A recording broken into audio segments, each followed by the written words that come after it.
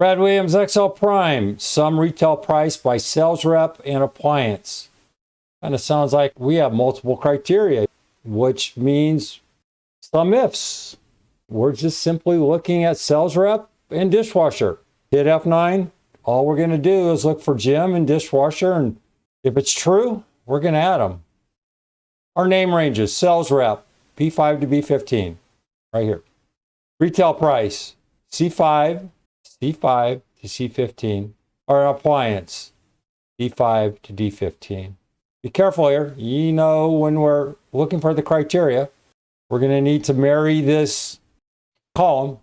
We're going to have to marry this row. Here, take a quick look. SUMIFS, we have our sum range here. What is it? Right here. The range to be summed. Criteria range. Sales rep, we have our sales rep. Gym, that should be G5. Then we have our appliance, which will be our criteria range 2, dishwasher. That's it.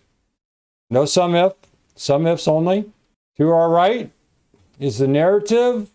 By now, you guys should have this memorized. This is just a review. We're going to wrap this. This is the 11th SUMIFS tutorial. It's a wrap. You guys should be able to master this by now. Why are there so many SUMIF examples? It's probably the most popular function. Clearly you have your simple sum and the simple math. But SUMIFS, I just wanted to repeat it over and over and over so you have it. It should just come natural now. Brad Williams, XL Prime, Williams out.